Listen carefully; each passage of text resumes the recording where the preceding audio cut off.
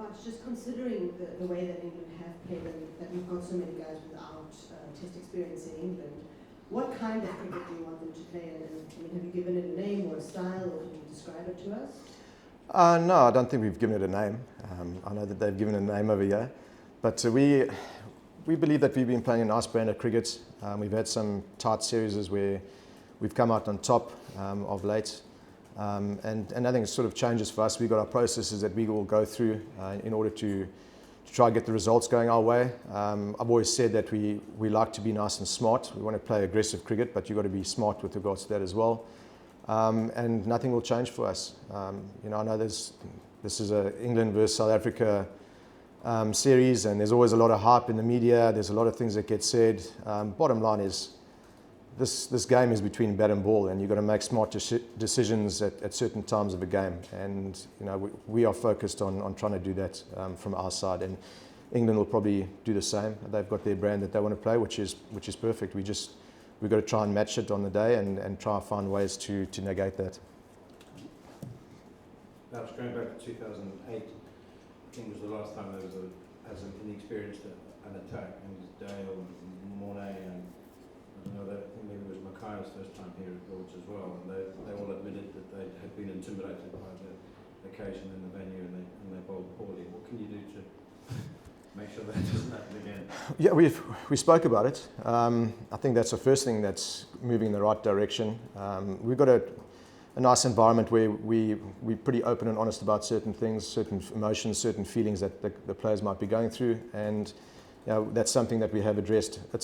I don't see it as something that's a negative. I think it's a great environment to play cricket. Coming to the home of cricket, Lord's is a special place to play cricket, a great occasion.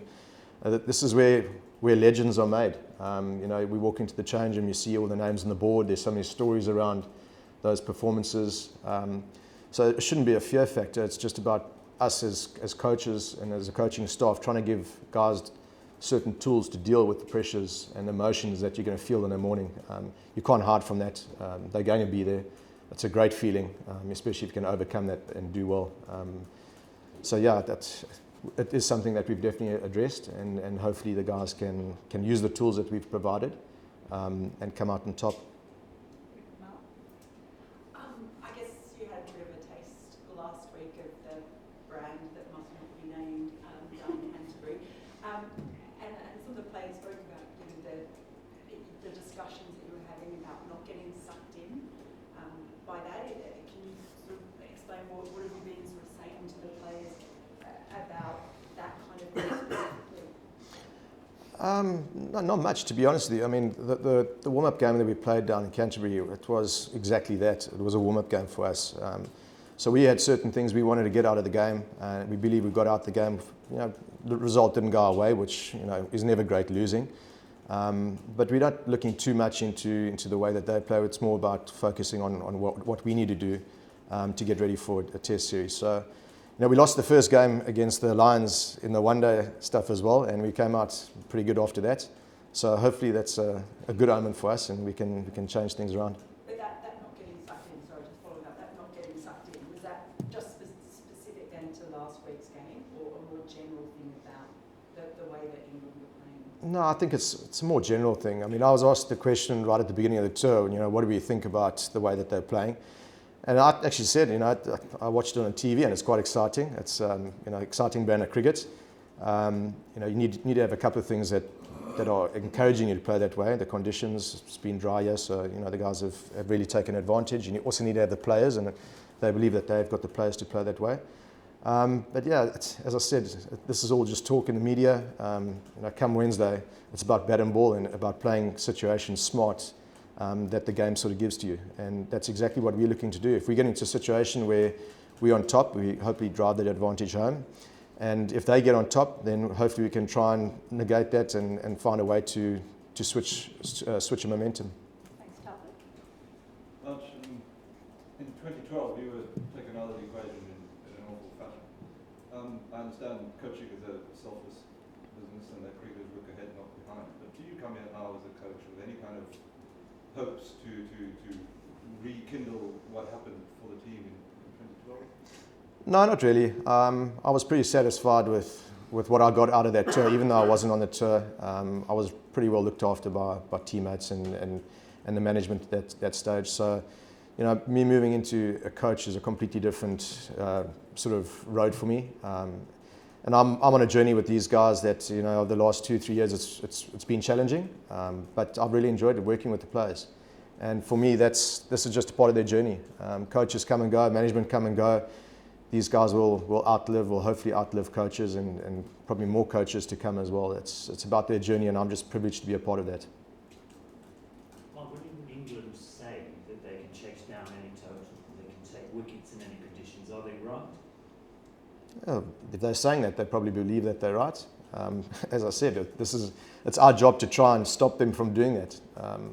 And if we can do that with whatever style we want to play, then hopefully we can do that. You know, it's not a conversation about me thinking about England. It's a conversation about me talking about what we can get out of our players and prepare them as best we can to hopefully, you know, be on top of the game rather than behind. In terms of Euro players, I mean, I think traditionalists in this country would love to feel that a South African Test team would come to Lords and think, this is the pinnacle, this is really what we've set our hearts on. There are so many alternative attractions to young cricketers these days around the world. Do you genuinely believe that is still in the hearts of your players, that it means as much as it would have done 20, 30 years ago? I think you only had to be around when the guys arrived and walked into the museum. We were very privileged to have a trip through the museum, and all the players just staring in awe of what was around them. So just watching the players' reaction to walking into Lords, there's a lot of passion. The emotions are running high in a good way. So as a coach, you don't really have to try and get the boys all G'd up for a game like this. I think that's already there. And so I think the youngsters around here, they want to be here and they want to perform at this ground. They want to be a part of hopefully creating something special and becoming legends of the game, like a lot of the cricketers in the past have been. Mark, firstly, from an injury point of view, do you think Kagiso will be ready to go on Wednesday? Yeah, I hope so. He's come on well. I think the one concern is always maybe his loads.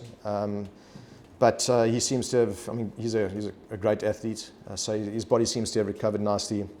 He's not feeling too much pain. He'll have probably his final test today to find out how he's going. But I'm hoping that he pulls through. He's a massive player for us, as we all know. So for him to be a part of the final 11 will be very special for us. What is the best way to try and counter this new style from England? Because it seemed against New Zealand and against India, when the momentum was with England, they seemed really difficult to stop. I don't know. I'll tell you on the day. As I said, I mean, we don't know. We've got to be adaptable in Test cricket. So we don't know what conditions are going to be like overhead, underfoot. It's just about finding a way to try and stop the momentum with them, and maybe try change it. I think our fielding is going to be important, as we've seen in the recent past. When you do get opportunities, you've got to take them. I think that's just in general in Test cricket now, with the introduction of white ball cricket, T20s especially. Batters are scoring all around the ground, and they're brave enough to take a game on when they see a moment, and try to take a game away from the opposition team. So when you do get opportunities, you've got to try and hang on to them. So we'll be putting a lot of emphasis on that as well. Mark, do you expect England to bowl first if they win the toss, whatever the conditions are? I don't know.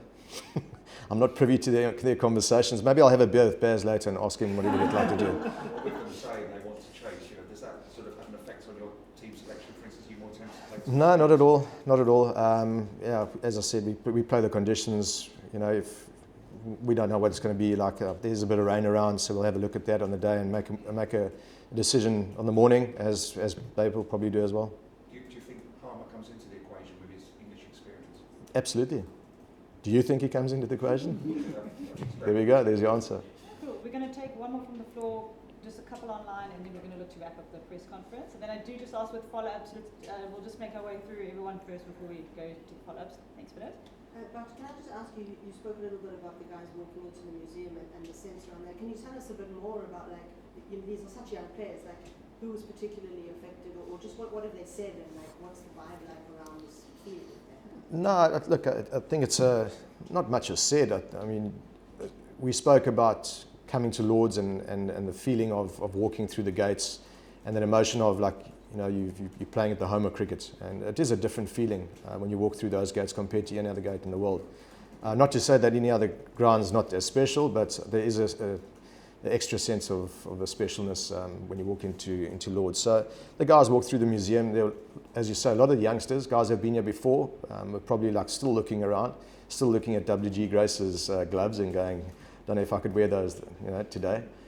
But yeah, a lot of the youngsters were walking around having a look at certain things. They put on a nice little South African section for us as well. So we've been successful here as well. So hopefully we can look at that and their memories hopefully to be created at this venue. So they would like to be a part of those memories created. So yeah, as I said, it's a nice position for me as coach to be in, because as I said, you don't have to get the boys worked up for this game. I think naturally they're going to be there. Thanks. We'll go online. Test series? Learn how to fetch the ball. Yeah, Ken, it was a difficult one because I think the wicket was pretty flat. Yeah, I wouldn't say there was a lot of learning because, we, from a bowling sense, it was quite tough. As I said, we had certain things that we wanted to try get out of the game, and spending time on the feet, having a good ball out in the middle. That was something that we did achieve. The learnings, we've got quite a few guys who have been playing in county cricket that could bring us some good advice on the way that the pitches are playing. So we knew that before the game.